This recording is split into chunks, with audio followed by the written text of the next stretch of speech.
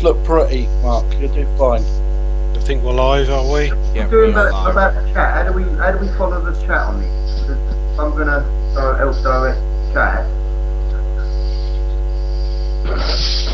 Just give me 1 minute, guys. I'll have a pee before we start.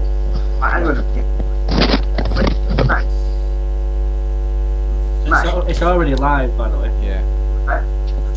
Is it live? Yeah. I'll just do the go-between for now, Mark, and we'll sort out for later.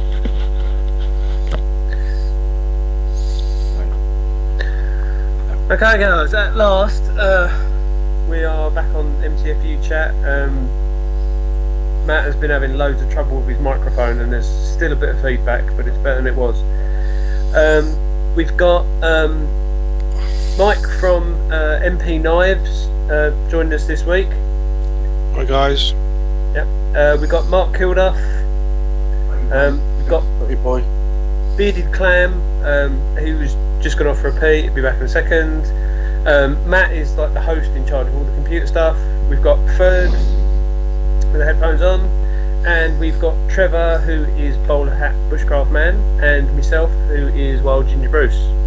And we're going to be talking about food. So who wants to sort of kick off?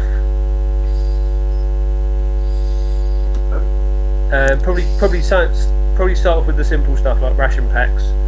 Who's got some experience with ration packs? Well, Yeah, we've all tried them at one point. Yeah. Yeah. Their worth, their value is up for debate, really. I mean, I don't know. Yeah, in the field, if you're in the forces, then they're great. You know, but do we need them? I mean, I don't know if that's a discussion point everyone wants to touch upon, because they're not the best tasting things. No, definitely not. No. I just think that, you know, we buy them because we want to try them for the sake of trying them, but you wouldn't buy 10, put it that way. No. Wouldn't have it, but Yeah, but they're very high calorie, which Yeah. is good when you're outside, especially if it's cold, because that's exactly what they're designed for. Yeah. They're compact, and they are varied. And you know, they are a hell of a lot better than they ever used to be. And then there's all different ration packs from all around the world as well. Well, yeah, there's a wide variety to choose from, isn't there? Oh god, yeah. I've got a ration pack here, the size of it. So, realistically, I'm going to be camping one. Unfortunately, it's not full. That gives you an idea of the size. So, Yeah, that's a number 8. So, yeah, because the different numbers represent different meals for anyone that doesn't know. Yeah. there's like, obviously, there's every country in the world's got their own army. Every army's got a number of different ration packs. I don't know if you can see, Yeah, muesli see that, what you'd get in a ration pack. So it's a lot for a day. The idea is it's 24 hours. So yeah, I think a ration pack's about 4,000 calories, isn't it? Yeah. yeah, Yeah, but if you're hiking and stuff, it's exactly what you need. Yeah. But I think the real advantage with ration pack is that they contain water. So dehydrated, if you want to keep your weight down, and carry more stuff, is going to be better.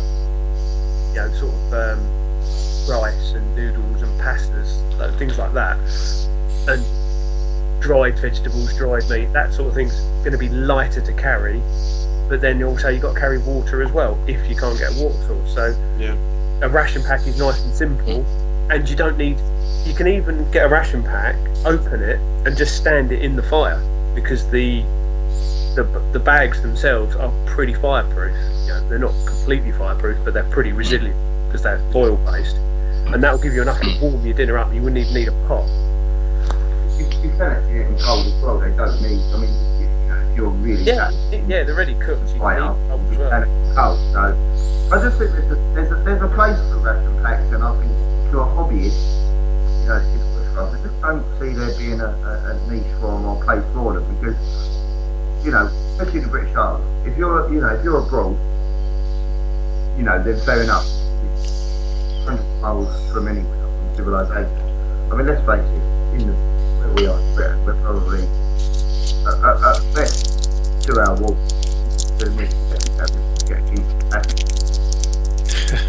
But I just think I do like ration packs, and I like the idea of them.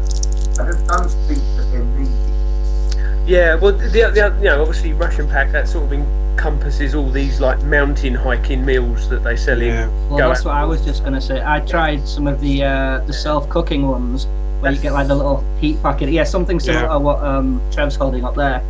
And I've tried two different ones now. The first one, just the element inside got really hot, but didn't actually cook the food. The food was still freezing. And the second time, it just burnt out too fast before it kind of just. It's like throwing the food in the microwave for 30 seconds. It's hot when you touch it, but then when you leave your finger in, you realise it's stone cold. Yeah. So they didn't work very well. Such a problem with ration packages is that they're 24 hours and they're 4,000 calories. Now the reason they're 4,000 calories is because when you're using ration packs, you are hauling ass. You're out on exercise. You're marching miles a day. What are we doing for the most part is we're sitting around socialising, doing a bit of stone carving, making a couple of bows. I don't see why you would. You could get better food, put it that way. I mean, we don't need 4,000 calories. No. 24-hour period. We really don't. I think what you. Yeah, go on, Mike. I would say, as regards to wrap packs versus making your own wrap packs, you're better making your own up. Because if you buy a wrap pack, the first thing is you can find to a menu, and there's always things you like and things you don't like. Whereas you can go into Asda and you can buy a packet of Oh So Simple, you can buy some sachets of tuna, sweets, biscuits, and a look what we found mealed, and a packet of rice. And if you shop in your B&M's or places like that, it will actually work out cheaper than a wrap pack. Yeah. Definitely. And you only need 2,000 calories. Because like Mark says, we're not going to war here. We may have rucksacks and kit that looks like we're going to war, but we're not really going to war. Yeah. We just pretend. We just pretend we're hard. Oh, yeah. Really. On a flip side to that, if you're going to have a heavy job in the woods, if you're going to be chopping up trees and burning a lot of calories and building shelters and stuff, you are going to start feeling a bit lightheaded, especially if you're not fucking used to that kind of. So you do need more than your average intake of calories. Yeah. And if it's cold, you're just going to be want to eat all the whole bloody time. I'll tell you what, the thing with backpacks and what I've been trying to think about what the pros and cons are. The rat pack could be an entire video in itself, the entire show. Oh, definitely. Without a shadow. I mean, because for the most part, everyone goes on about lightweight. It touches upon something else, but it includes rat packs. Everyone talks about lightweight, but we'll turn up in like 4x4. Everyone talks about we're doing this, we're doing that, so therefore we need a rat pack.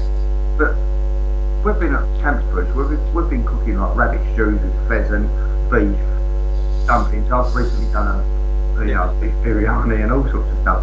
We're never that far away from civilization where, or our cars for that matter, that we can't take loads of stuff. Do you know what I mean? They've got their place, but where is their place? I don't think you can pin down where the rats are. I think they're good to keep a couple in your bag in case of an epic fail. Say you think, I'm going to roast a chicken. You start cooking your chicken and it falls in a fire. You're going to be hungry unless you've got a rat pack hidden away. No, you don't. You pick the chicken up out of the fire. For me, they're a bit of a nostalgic. They're not. I wouldn't go out on a bushcraft event taking one of these. They're a lot of weight, a lot of size, everything else, but a bit of fun, a bit of nostalgic, bit of military. We all got a bit of military gear and a bit of, and that's what I think a rat pack is. I think that's why everyone. I think you touched upon it. That's why I had one, because I see what it was, and definitely. I remember eating the biscuits out of it. I was taking my son to the shop. I wasn't camping or was in trouble. I was just trying them. If you're just going out for a little bimble, then obviously you're not going to need a 24-hour ration pack. and teas and coffees and stuff in there. Yeah, you can buy everything in there cheaper and build your own ration packs and dehydrate your own food and know it's not going to be full of preservatives and artificial stuff. I'd always say make your own up. Apart from the nostalgic element, you can, even like you say, you need more calories, but to look what we found meals, for example, some are good, some aren't so good, but they're £1.50 each. That's it, so you can get a pack of rice for 50p. So you could even take 2 of those, one for lunch, one for evening meal. Yeah. And then when you add, one of the things I use a lot of, which I sort of ramp up, is the packets of dried macaroni, cheese and things like that, cheese and broccoli pastas. One of them, but then I enhance the flavour on it, and you can actually make it really nice. Because when you just have them on their own, they're a bit but you can actually turn that into something decent. The 2 things I always carry in my pack without fail are chorizo sausage and Parmesan cheese. Because they're flavour enhancers. So what they do is you get a lot of bang for your buck. So if you take, say, one of them bachelor's cheese and broccoli pastas and you chuck in some chorizo and then it's a couple of teaspoons of Parmesan cheese at the end and some pepper, which is another flavour enhancer, all of a sudden you think, do you know what, that's pretty damn good for that. You can buy the packets of those things for 50p.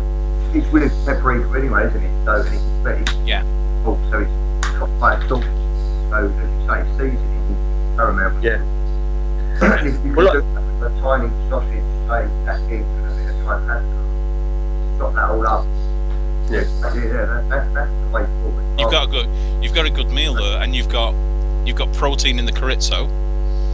And in the Parmesan cheese, you've got carbohydrates in the pasta. So, and if you want to take some dried mushrooms, or you forage a mushroom, or some herbs, and you just dump all that in, and what you've got is basically, it's a packet that weighs nothing, and only costs 50p. So to me, that's a win-win. I do exactly the same, but I do the noodles, but that's the same thing, and then put a bit of sausage or something in with it. Exactly. With the noodles, what I do with the noodles is they're in the bag there, knock crap out of them. Break them all up, knock crap out of them. Then put them in a Ziploc bag, and they break down to that. They go down to about 1/3 of the size. So you've got a much smaller packet. And then what I do is, if you get a cup of soup, like an Ainsley Szechuan hot and sour soup, if you dump that in your Ziploc bag, so you've got a cup of soup and then crushed up noodles, then when you cook it up, rather than making it a dry type noodle, you make a noodle broth. And you've also then got an extra couple of 100 calories from the cup of soup. So you eat the noodles in a broth, then drink the broth. And it's all in a packet. I've got one knocking around. I can't find it. I've got one knocking around, but it actually breaks down to about that. So it's actually about the snack shop pots. Have you seen them? They're just a little sachet. That's a similar sort of thing. That's like a brothy type noodle. They're quite good. They're like 30p in Aldi's. I would like to maybe do something on the Facebook group to see about, like Phil Free's kind of video of dehydrated food. Maybe put like you're saying, Mike, out, get people to put some recipes together for things to try. That they've got, so it has to fulfill a certain criteria. So it has to come within a certain price, have a certain amount of calories in it that you can tangibly show that it's got that many calories. I think it'd be quite I think a lot of people have been around the colours, they're so passionate, using noodles.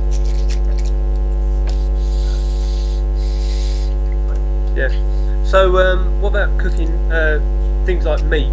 Because we've done like sort of lightweight kit, obviously. How do you guys cook meat? Depends whose meat it is. Yeah. No, Fast enough. you're better off doing sort of thinner like slices of steak and things rather than Yeah. joint, because you need to cook it all the way through. Because the last thing you want is an upset stomach out in the woods. Oh, definitely. But then things like that Tony Chackery's Creole mix. I sent some to Beardy Clam. Well, it's got a lot of spice in it and it's got a lot of salt in it. So if you rub the meat with that, that's going to kill a lot of the bacteria as well as the cooking. You know, because that's why. That's exactly what I do, Bruce. I carry, if you think about spices, I carry salt, pepper, Tony's seasoning, parmesan and herbs. And with those 5 things, you can flavour anything. Yeah. Like if it was meat, I'd slice it thin, I'd coat it in Tony's seasoning, and then you cook it hot and fast. For me, Yeah. you can slow cook if you're around the campfire for the weekend and you've got like a little Dutch oven or whatever. But if you're just making a fire and you want some food, I would just get my pan on the fire as hot as possible with thin spicy meat. Yep. Whack it in, cook it really fast and really hot, and then you add it to. You put your pasta sauce with it or whatever you want with it. Rather than trying to sort of, I mean, you can slow cook if you're on a camp. Yeah. That's brilliant. But it depends what you're doing. And what you're cooking with, I suppose, isn't it? It's if you're just using something that you just stop to eat, you don't want to spend time cooking, do you? Yeah, if it's your lunch, you know, and if it's your lunch, you don't prepare a 3-hour rabbit casserole, do you? No, definitely not. Because it's like lunchtime. You know, come the evening you might do. Yeah. But that's when you've made base camp, you've chilled out, get the fire going, get the casserole rumbling away, chill out for a bit, then have a casserole. But so everything we do, whether it's cooking or kit, it doesn't matter. It all comes down to what you're using it for, because every situation has got to be different to me. You know, if you're hiking, you know, if you're trekking in 10 miles, then you say, oh well, you know what, I'll go lightweight. If you're parking your car and walking a couple of 100 yards into the woods, then you might say, well, do you know what, I'll actually take some steak and some eggs and bacon and you know, it just depends entirely on the usage and what you're doing. Yeah, exactly. Because if you've got, you know, a fully loaded up transit van with you know, full up with gear, or you're hiking, you know, you take so much more extra stuff. But it totally depends what you're cooking on. You know, if you're cooking on a fire, you've got a hell of a lot of heat, but you can cook on the embers, you can cook in the main roar of the fire. What how I usually judge it, I usually cook about gas mark 5, which is if you build a frame over the fire, it's where you can hold your hand for 5 seconds. Yeah. You hold your hand. I didn't know that. Yeah. No, I didn't. Back of the hand, 5 seconds. Yep. Hold your hand there for 5 seconds. As soon as you go, bollocks, that's about gas mark 5. Gas mark 4 is a bit closer. But 5, if you've got like a bit of steak on a stick or a little pot over the fire, that gas mark 5, that kind of works. You know, that always find that works well. Usually if I like panache trout and do that over the fire, I'll do that about gas mark 5. So you just sort of lean the stick forward. Yeah. Till it's that in that area of the fire. If then you're it doesn't cooking matter. like a trout, you do it at that sort of thing. Yeah. If you were cooking steak, I would say fast and hot. Yeah, definitely. Because if it's a steak, it means it's the cut of meat to do fast and hot. If it's sort of brisket, then you're low and slow. So I think it depends on the cut of meat as well, doesn't it? Yeah, definitely. Yeah. It's just that sort of gas mark range of putting your hand in the fire first, near the fire, not in the fire. You know what I mean? So just to give you a gauge, it doesn't matter how big or how small the fire is. You know, so if you've got a massive roaring fire, you know, it could be 6 foot away. You know, or it could be like. Ferg can test all this for us. Yeah. We'll get Ferg to test it all. You do gas mark 1, Ferg. I almost did that today. You'll have to watch my. No, I didn't put it in my video. I made a brew and went to take the top off of my gas stove without letting it cool down. So I had a gas mark 1 Yeah, it hurt. If you're cooking campfire cooking, it's preparation of the fire, where you're going to put everything, and knowing where your hot spots and not so hot spots, and that just takes practice and learning, and depends what sort of cooking. Like you said, if you're cooking a big campfire, or you're cooking, but the actual fire cooking over a roaring fire, that's a skill in itself, and it takes a while to learn it. Oh, God, yeah. Just to elaborate on that as well, I mean, I personally find if you go to a meet where they have a communal fire and people start cooking on that, you can't regulate the fire properly. So, like, if you want to come and you think, okay, everybody else is cooking here, I'll come and cook my food, you're not going to be able to do the food properly because somebody's got it stoked up because they're cooking this, somebody's got embers. It doesn't work. So it's a bit of a pain in the backside. That's too many cooks for the broth. Yeah. In that situation, what I'd do is probably get like a pan lid or something, shovel a load of embers onto the lid, and go and cook somewhere else. Yeah. You don't need much. Just put a little rack over to cook a steak on some embers, but take it away from the main heat of the fire, because you're just going to flash cook the outside and it's going to be raw in the middle. Especially things like chicken and game. Pheasant and dove, pigeons and things like that. You do need to overcook that, because that's the last thing you want to be giving your dodgy tummy. Steak ain't so bad, but anything processed, burgers and sausages, because they could have been in the sort of outside air, so they could have been contaminated. Once it's minced up, you could have contaminated meat in the middle of a burger, in the middle of a sausage. So anything like burgers, sausages, chicken always needs to be overcooked. Steak is okay because it's one solid lump of meat and nothing can get in the middle of it, if that makes sense. But then you rub your spices on it as well, as a sort of a belt and braces sort of technique. And you put your spices on before you leave. Take it all out of the crappy Tesco's packaging and get it in a Ziploc bag. Chuck your spices in there, and by the time you get to camp, it's marinated. It's marinated, yeah. The Ziploc bags are brilliant. The guy I usually go with, he takes his coffees in an individual one, like in a little Ziploc bag. He has it all pre-made, so he just tips it in his cup, puts the water in, and done. Same with he has porridge oats and muesli and stuff in a Ziploc bag for his breakfast in the morning. Well, talking about airborne pathogens and cross-contamination as well with Ziploc bags.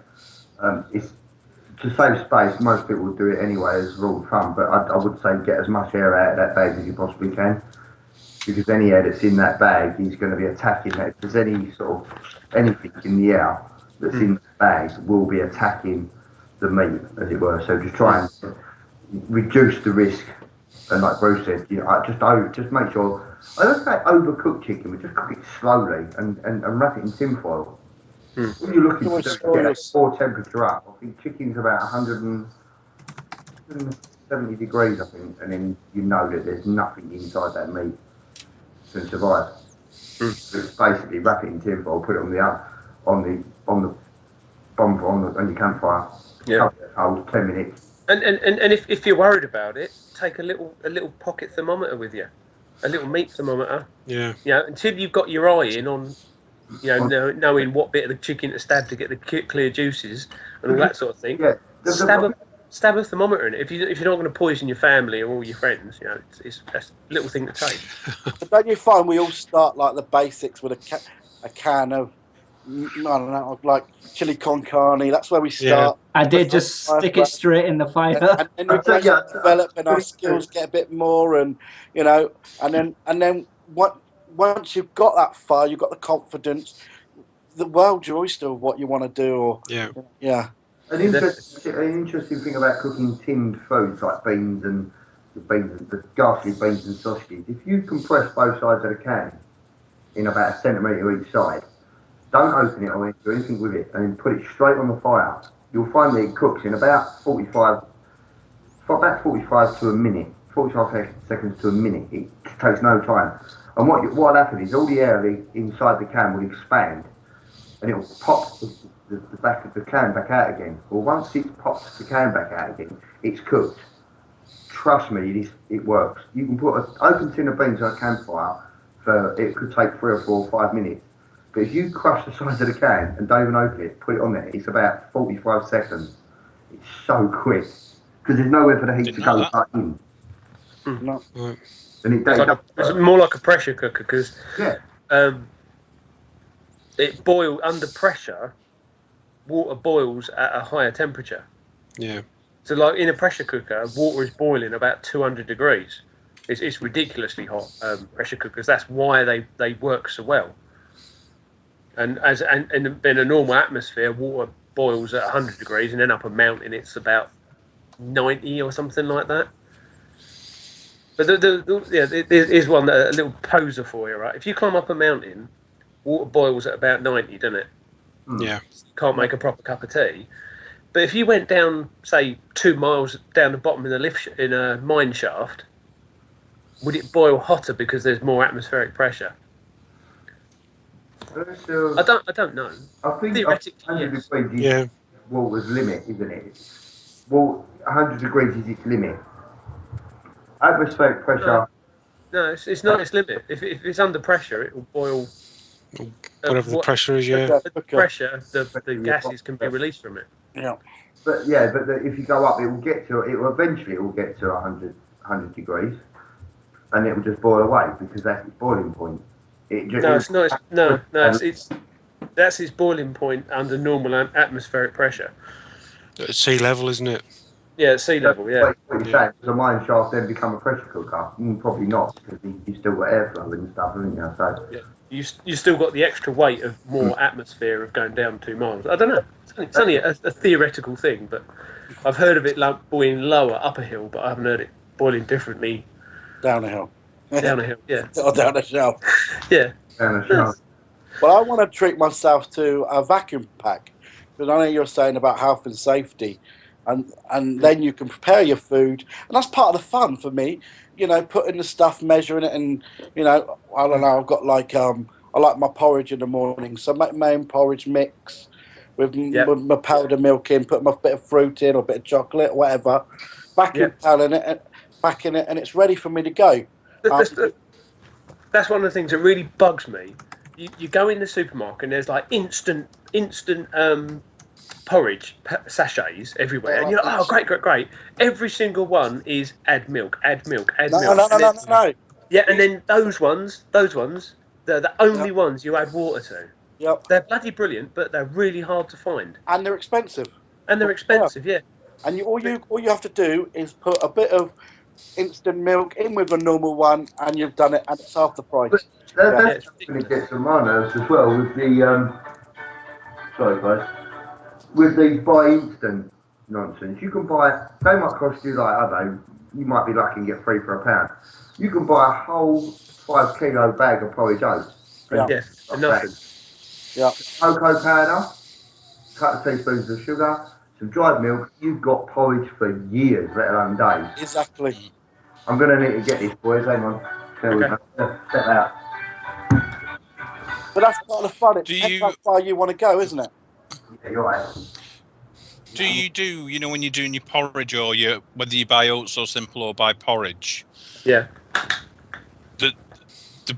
One of the best things I learned was you get up in the morning, you make your porridge, you add your milk powder, your water, wherever, you cook your porridge, you eat your porridge, it's great.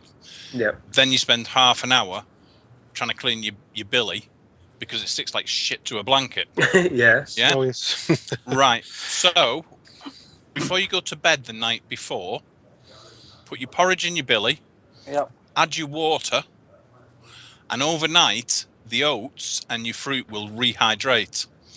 So when it comes to the next morning, you only have to warm it through. You don't have to cook it. Yeah. Because it's already rehydrated.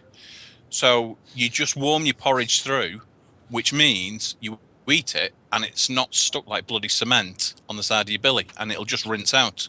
That's genius. So get it rehydrating overnight. And just like say, if you use the oats so simple, which I cheat, I must be honest. Yeah. Into your billy before you go to bed, you water and your milk powder, bang, put your lid on, forget it. Next morning. Oh, he's gone. He's gone. He was coming out with far too much useful information. So he changed that. Yeah, but no, he's right exactly what he's saying. It was brilliant, yeah. Yeah. And also, Top tip. Hang on. yeah, that was a Oh, perfect. back. He's back again. He's back again. Right, you disappeared there for a second there, yeah. Mike. No, he's gone again. Oh well.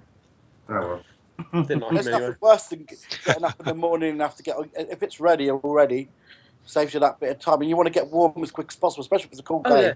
Well, especially you like lean out your hammock and light your little gas stove and get your porridge on the go. See, I've not done that yet. I mean, typically when I go away, so like I'd go the Friday, so we'd get there late Friday evening, have some supper, go to bed. The next morning is Saturday, so you have to have bacon. Yeah, It's true. like it's non-negotiable. It has to be bacon. So you get up, you have your bacon and your sausages or whatever you're having, do whatever, and then when it comes to the Sunday morning, it's typically time to pack up and go home. And I can't be bothered faffing around. So if there's no bacon left, it'll just be whatever I've got easy. Like if I've got a chocolate bar or something left, I'll have that. I don't really tend to bother. Well, I take these also for my emergency. You know, if I get stuck somewhere, the odds are I'm going to go anywhere that I'm not going to get. But you know what I mean? If I'm not feeling too great, whatever my food was, I'd run out or didn't work or burnt it. You know, who knows? You know, I've got some porridge. Yeah. At the end of the day, that's going to keep me warm and going to get me fueled. And that's why I take that. And it's nice and easy. I always take one of these and maybe one of these, just as an emergency. You need the porridge for your fuel. For like when you get up to go for a bimble, you need to have your fuel, don't you? So. Porridge is a stick to your bones kind of food source, isn't it? You know you've had a bowl of porridge that sustains you all morning until lunch. Which, you know, we could talk about that as well. How do we plan a day's food for a day's activities whilst we're camping? So, you know, like you said about leaning out your hammock, getting your bacon on the go. The second day you can't be bothered. So, for people watching that don't, you know, just starting out, what would we do on the first morning of a camp? So we turn up in the afternoon, we set all up, we have an evening meal. What do we do from the second we open our eyes to the second we put ourselves to bed? You know? Yeah. What do we do for breakfast? What do we do for lunch? Yeah. Well, breakfast would usually be bacon. Because bacon's a good one because bacon's got salt in it. It doesn't need to be refrigerated. So from a hygiene point of view, it's probably pretty good. Okay, health wise, it's not as good, but yeah, who cares? Put a bit of water in the frying pan. Oh yeah, it's awesome. Put some water in the frying pan, unless you're cooking it like put it all on a stick or on a grill. But if you put water in the frying pan, then the fat on it melts. Then when the water boils away, it will cook in its own fat and make it more crispy. Yeah. If you really want to show off, you pour some honey Jack Daniels in there as well. Yeah. Which makes it fucking awesome. Which we've done, yeah. That you've got left over from the night before, if you've got any left over. Just slightly off topic, Dale Skidmore says in the chat there while you're talking about porridge, he says, can you use porridge to dress a wound? It will suck up moisture. You probably can.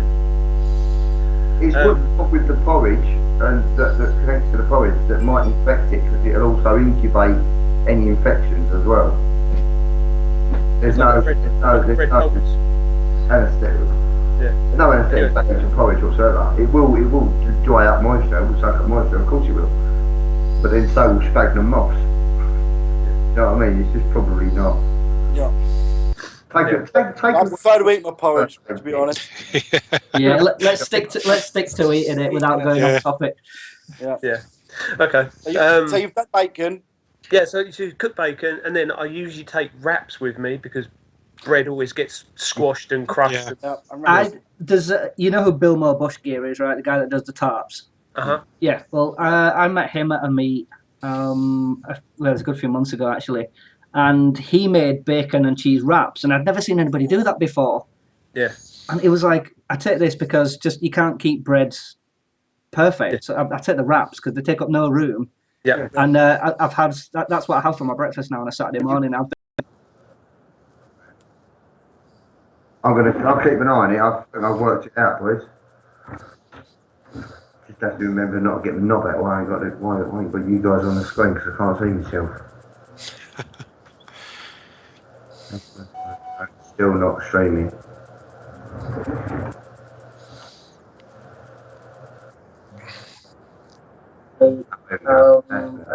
Such a month ago actually, and he made bacon and cheese wraps, and I'd never seen anybody do that before.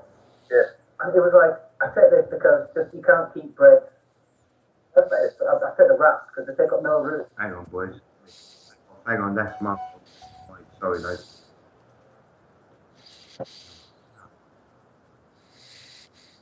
I need to mute that. Oh, I can't. Yeah, it's come back on, but I was playing it over the mic. You might have heard it. Okay, so we're going again, are we? Cool, beans. So how far did we get? We was talking about wraps and stuff. That's sort of like basic breakfast. Yeah. Lunch would just be something simple like soup or noodles, and then you'd go on for like cooking steaks and stuff. But for bolstering what you take with you, there's little books like this, the Food for Free little book. Yeah. And it's just sort of some wild edibles and very rough pictures. So like what's a good one? Something that anyone can identify. Jack by the head. A lot of these are just sort of herbs and stuff. Stinging nettle. There you go. Look. So something like stinging nettles. That's your vitamins. You can do nettle soup, nettle haggis. Stinging nettles very nutritious. They are high levels of vitamin A, C, 2.3% by weight of iron, and a remarkable 5.5% of protein. But you can do like nettle purees, oak. You can eat like very young oak leaves, pig nuts, but it's all sort of. I wouldn't solely guarantee on finding the wild foods. No, definitely not. And thinking, I'll just go out with a box of matches and a penknife and I'll be fine. Yeah, You won't. But like What I would do as well. What I would do. Yep. Is I'll try and get the glare off it, but just going on the App Store, there's a lot of various foraging apps. Some are free, some are a couple of quid. Yeah. But yes, take a book. But you will have your phone in your pocket. Always. Oh yeah. So put it on your phone as well. Get a free app, just as a backup. Yeah, as long as it's an app that's stored on your phone, because some of them on your phone, yeah, on your phone stored info. Because if you're out of signal, you're fucked. No, you're buggered. Yeah.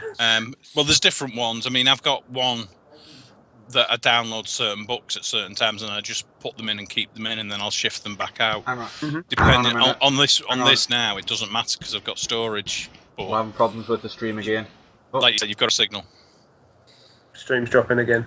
I don't know. Some people are saying it's dropping, and then some people are saying it's all right. Make mine's up, people. Get Is it still PDF working? books, can't you, and put them on your phone? Well, as Rob's well. saying it's buffering. Then it says it's ended. Carlisle says it's ended. Junkie Prepper says it's back. What the hell? What's going on? Right, something's happening because I'm not even getting any of them comments in the stream. Is it back live? Yes, back on. Aren't you coming and going? Jez is getting it. It's coming and going. Yeah, see what I mean? And then Chunky Pepper, yes, back on. So yeah, some people are getting it, some people ain't. Yeah, was that the one before though? I don't know, but it's certainly not bloody live because there's nothing about. Yeah, well, there is a massive delay as well. It's a good minute of delay. Yeah. I don't know. We need to get the script for this because it's not good. The content's there. It's just the technology's not with us. Yeah. True. All it takes is one person to have a dodgy microphone and you have a nightmare. Then, or someone's internet to One's got be slow. bad internet, or Yeah. Mark hasn't done his hair or something. What's that? Yeah, that's true. What's that? If you haven't done your hair, mate. Yeah, if I hadn't put all that slipster on it, that brew cream, mate, I tell ya. Someone said I look like a fucking zombie in the chat. Right, hang on. Talk about roadkill and wild animals, and about the law and. Oh, don't me and Bruce offend people when we go on about that. Yeah. They get all If you find any roadkill, eat it. It's fine. as long as you're not the one that run it over, which Yeah. is, As long Yeah, as you but also you've got to look at things like making sure how new it's being run over, and it's all yeah. If you pick it up and smell it, if it smells like shit, you don't eat it. Yeah. If it's badger, it's got 2 feet. no. If it's got maggots in it, no. Unless you're really, really hungry. And you can eat the maggots, fry the maggots. Yeah. Yeah, you got to be pretty fucking hungry to eat something like that. Yeah, That's one thing with Georgie used to go and find the grubs in the pine tree. Pull bark off the pine tree with into the grub. Animal. You want to do a bear brew on it? There's a shop round the corner where you can go and get some bacon and some sausages. What do we make grubs for? Yeah. Well, it's 10 o'clock now. Are we actually streaming now? Is it working? we're still streaming. It's just all going. It's up and So it sorted itself out, yeah? Yeah. For some reason, when everything crashed, it didn't save all the settings and stuff like that. So I've just had to rejig everything and stop. So are we live 30 or? seconds. Yeah, we're still live. Can we go into the bout? Well, what I'll do, if we've got give us Michael 2 there, seconds. we can do the Trev, shut up. All right. I'll put because I've got the 2 slideshows. I'll whack them on. While they're going, we can have a chat, and I'll try and sort. Okay. So I'll put them on. Yeah, and then we need to just do.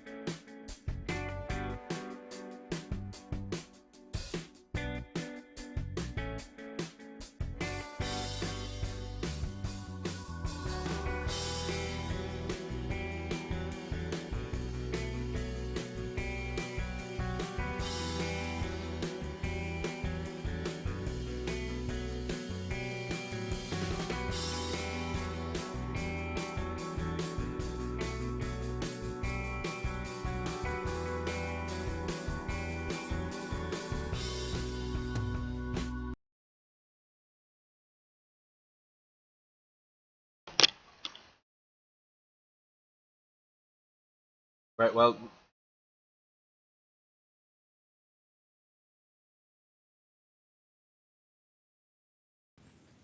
so you'll be able to tell everyone. There you Okay. go. Okay, we're live again. Yeah, we're going. Hey. Right, cool. Okay, so if we're live again, guys, just a quickie. There's a bag of goodies behind me on the bed. Varying things. If you're interested, go to the MTFU Facebook page, leave a comment. Sorry, the Facebook group, and we'll not the page, because there's a Facebook page and a group. group. Yeah, Sorry. it's got to be the group. Right, sorry. It's all right. Sorry, right, Facebook group. Leave a comment, and then we will collate everything, and I'll draw a winner probably for next week and announce it on next week's show, and it'll also be put on the page. So go on the Facebook group, and there's a chance of winning a few bits of sexy sort of stuff. Yeah, it's some nice bits. Yeah, that's it, guys. Yeah, very nice. Yeah, very generous, Mike. Cool. Thanks for As ever. Mike. So has anyone got any Yeah, but that they want to add? I know this. The only thing I want bit- to ask is why does food taste better in the camp than it does at home? Yeah, Oh, yeah, Because your Yeah. wife's not cooked it. yeah. I think it is the fresh air, and you're more hungry because you've been doing Yeah. more physical effort. Yeah, And it's, I think it's the effort of making it as well, isn't it? I honestly believe that their tension, and stress affects your taste buds. So it's a given that anything cooked on a campfire is a lot tastier. But is it because you're less stressed out that your taste buds work more effectively? Oh, definitely. If you're in a really nice restaurant, you're more sort of chilled out and relaxed, and the food's going to be awesome. If you're in a noisy, shitty environment, you're just going to think the food here was crap. Yeah. Doesn't matter how good it was. I think for me, it's going back to my caveman instincts. But hey, Yeah, definitely. There's something sort of primordial about sitting there next to a fire and Yeah. Cooking bacon. So Yeah. put up the fire to get your bacon on or get your meat on. yeah, just don't burn your meat. That's all I say. Yeah. So what do we want to do? We want to touch upon next week's discussion and. well, actually, we'll put it to the side chat. See what they think, what they want us to talk about next week, like we did last Yeah. week. Good idea. Yeah. Yeah, if there's anyone who can think of a subject in the side chat to chat about. And now Yes, no. these technical difficulties as well that we've had this week. Yeah, I'm gonna have to look into these. I don't know if it's just because obviously we've had more people on the panel this week, and it just can't handle it because it's the software that keeps crashing and the internet keeps going out and this, that, and the other. Whether or not it's been too many people on the panel, we'll have to have a look into it. I know we've got the Mackenzie on the side chat, so maybe we can pick his brains. Yeah. If there's a way that we can equalise everyone's connection speed. Yeah. That we're all on the same. Because my internet is ridiculously fast because of my location. Is it a locational thing? I don't know. I mean, we didn't have any problems with it last week, so whether or not it's just something that's happened this week. Or is it just a Skype thing? Is it worth just ditching it and going with Hangouts? Well, we could do that, I suppose. Might be easier. Yeah. And it could be that it's busier because of Christmas, people not working, and a lot more people off chatting to families and friends. Yeah, I think we'll get some. We've got enough. Well, I think next week, because I think next week if we go back to Hangouts, we can still have all of this on the screen and everything like that. We'll have one main window with Hangouts. It'll save a lot of processing on my laptop. I know that because I'm not having a 90 billion. And it's a lower resolution Hangouts as well. You're not trying to broadcast high resolution pictures. I know you lose a bit of quality on sound and picture, but I think from a logistics point of view, I think we're going to have to go for Hangouts. Skype's pretty. I think a lot of it's the content of what we're saying, not how good my hair looks on camera. Right? Yeah. No, I mean, we can go for that next week and try that next week. Yeah. Because I think that's probably more likely what it is than how else. Obviously just let people know that we are working on these. Yeah. I mean, it's number 4 now. We're still working through all of the problems. Yeah. And with Hangouts, people can do it from a phone. Yeah. Because there's a lot of people who want to join the chat, but they haven't got Skype on a laptop. and a webcam and a proper microphone and stuff, whereas phone might be a better bet. Just quickly, wasn't the only reason we went with Skype was because we could do screen share and we could review videos that we'd seen. So that's why we sort of left the Hangouts behind. Yeah. I'm just wondering whether there's another more reliable streaming service that we can use. Maybe Fergie man to have a word with on. Guys, we're going to talk about that. Are we still live? Yeah, we're still live. Yeah. We can discuss. Okay, guys. Well, if we wrap it up, has anyone suggested a chat for next week? No.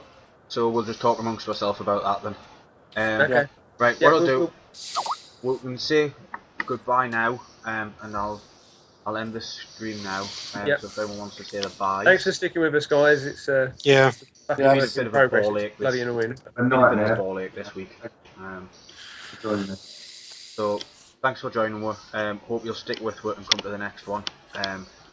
So we'll stop the stream there, and we'll catch you.